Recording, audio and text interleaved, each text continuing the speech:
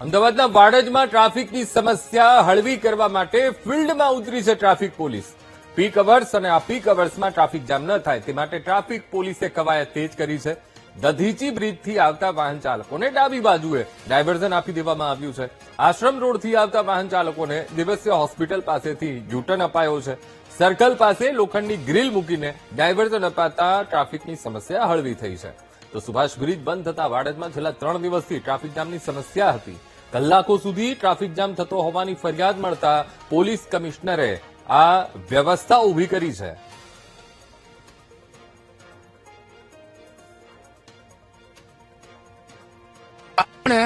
હવે અત્યારની પોઝિશનમાં અત્યારે બહુ સારું છે, કેમ કે ટ્રાફિક બી નહીં। અત્યારે ઓફિસમાં જવાનો લોકોનો ટાઈમ છે, ધંધો નોકરી જવાનો ટાઈમ છે, બરોબર છે।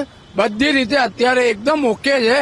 ડાયવર્ઝન આપ્યા પછી બહુ સારું છે અત્યારે કે લોકો જઈ શકે છે, બરોબર છે। હવે ટ્રાફિક નથી, અત્યારનો ટ્રાફિક નથી, અત્યારે તો સારામાં સારું છે, એટલે કોઈ વાંધો આવે એવો। बहुत ज्यादा हालत खराब थी 2-3 दिन से।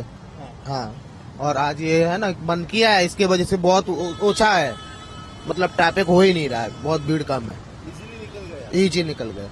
શહેરના સુભાષ બ્રિજ બંધ થવાના કારણે વાડજની આસપાસ એટલે કે વાડજ 4 રસ્તાની આસપાસ ખૂબ ભયંકર ટ્રાફિકની સમસ્યા જોવા મળી હતી। છેલ્લા 3 દિવસથી વાહન ચાલકો હેરાન પરેશાન થઈ ગયા હતા। કલાકો સુધી લાઇનમાં ઉભું રહેવું પડ્યું હતું અને અંતે અમદાવાદ શહેર પોલીસ કમિશનરને મેદાનમાં આવવું પડ્યું હતું અને ગઈકાલે અમદાવાદ શહેર પોલીસ કમિશનરે વાડજના જે આ 4 રસ્તા છે તેની મુલાકાત લીધી હતી અને અમુક જે કન્સ્ટ્રક્શન છે તેને દૂર કરવામાં આવ્યું હતું। જે પતરા છે અમદાવાદ મ્યુનિસિપલ કોર્પોરેશનના જે કન્સ્ટ્રક્શનના જે પતરા છે તેને દૂર કરવામાં આવ્યા હતા અને સ્પેશિયલી ડાયવર્ઝન આપવામાં આવ્યું હતું। મહત્વની વાત કરવામાં આવે તો તમામ પોઈન્ટ ઉપર અત્યારે પોલીસનો બંદોબસ્ત એટલે કે પોલીસનો પોઈન્ટ મૂકી દેવામાં આવ્યો છે। પોલીસના પોઈન્ટને લઈને ટ્રાફિકનું સુચારુ મેનેજમેન્ટ અહીંયા જોવા મળી રહ્યું છે। સાથે જ વાત કરવામાં આવે તો જે પહેલા વાહન ચાલકો વાડજ તરફથી જે આવતા હતા એટલે કે જે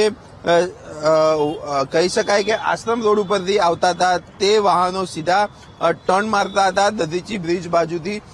તે જે ટર્ન છે તે ટર્ન બંધ કરી દેવામાં આવ્યો છે અને ત્યાં રોડ ઉપર વચ્ચોવચ્ચ એક લોખંડની બેરિકેડ મૂકી દેવામાં આવી છે, જેથી વાહન ચાલકો સીધા જાય અને આગળ દેવસીય હોસ્પિટલથી ટર્ન મારીને દધીચી બ્રિજ જવું હોય તો ત્યાં જઈ શકે છે। એટલે કે કહી શકાય કે જે અહીંયા 4 રસ્તા ઉપર ટ્રાફિકની સમસ્યા સર્જાતી હતી તે સમસ્યામાંથી અંત આવ્યો છે। આજ વહેલી સવારથી જ જે વીટીવીની ટીમ દ્વારા અહીંયા રિયાલિટી ચેક કરવામાં આવ્યું હતું। ટ્રાફિક જામની જે સમસ્યા હતી જે છેલ્લા 3-4 દિવસથી માથાનો દુખાવો બની હતી તેમાંથી ક્યાંક ને ક્યાંક હવે શહેરીજનોને રાહતનો શ્વાસ પણ મળ્યો છે।